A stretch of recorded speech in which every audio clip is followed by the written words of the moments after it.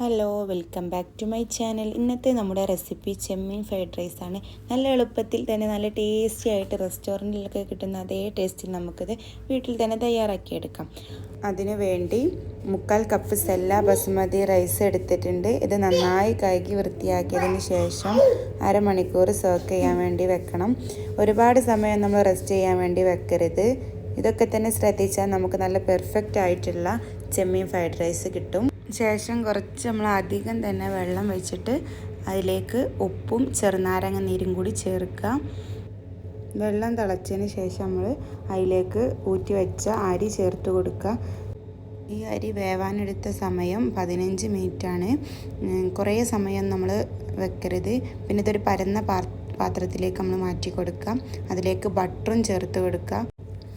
Butter ചേർത്ത് കൊടുത്താൽ നമ്മളെ റൈസിന് നല്ല ടേസ്റ്റാണ് കേട്ടോ. ഇനി ഇവിടെ ചെമ്മീൻ മസാല തേച്ച് വെച്ചിട്ടുണ്ടെങ്കിൽ ഇതിലേക്ക് ആവശ്യമായത് 1 ടേബിൾ സ്പൂൺ കോൺഫ്ലവർ, 2 അല്ലി വെളുത്തുള്ളി, കുറച്ച് കുരുമുളക്. ഇനി ഒരു പാൻ അടുപ്പത്തിട്ട് വെച്ചിട്ട് അതിലേക്ക് 2 ടേബിൾ സ്പൂണ് ഓയിൽ ഒഴിച്ച് അതിലേക്ക് 2 മുട്ടയാണ് ഞാൻ സ്ക്രാമ്പിൾ ചെയ്തെടുക്കുന്നത്. അതേ പാനിലേക്ക് തന്നെ 2 ടേബിൾ സ്പൂണും കൂടി ഓയിൽ ചേർത്തിട്ട് നമ്മൾ മസാല തേച്ച് വെച്ച ചെമ്മീനിട്ട് കൊടുക്കാം. 2 ആൾക്കൊക്കെ കഴിക്കാൻ പറ്റിയ അളവിലാണ് കേട്ടോ അത് ഉണ്ടാക്കുന്നത്. പാനിലേക്ക് 2 ടേബിൾ സ്പൂണും കൂടി ഓയിൽ ഒഴിച്ച് 2 അല്ലി വെളുത്തുള്ളി, 1/4 കപ്പ് ബീൻസ്, 1/4 കപ്പ് ക്യാരറ്റ് ഇതൊന്ന് മിക്സ് ചെയ്തതിന് ശേഷം 1/4 കപ്പ് ക്യാപ്സിക്കം ചേർത്ത് കൊടുക്കുക. 1.5 സ്പൂണ് ഉള്ളി ചേർത്ത് കൊടുക്കുക. 1/4 കപ്പ് സ്പ്രിംഗ് ഓണിയനും കൂടെ ചേർത്ത് കൊടുത്ത് മിക്സ് ചെയ്യുക. 1 ടീസ്പൂൺ സോയാ സോസ് ചേർത്ത് കൊടുക്കുക.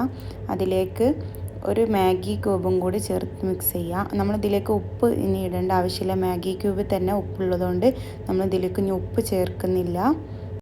1/4 ടേബിൾ സ്പൂൺ കുരുമുളക് പൊടിയാണ് ചേർക്കുന്നത്. നമുക്ക് കുറച്ചും കൂടി വേണമെങ്കിൽ ചേർക്കുക എരിവിന് വേണ്ടിയിട്ട്. ഇവിടെ ഇത്രേ ചേർക്കുന്നുള്ളൂ.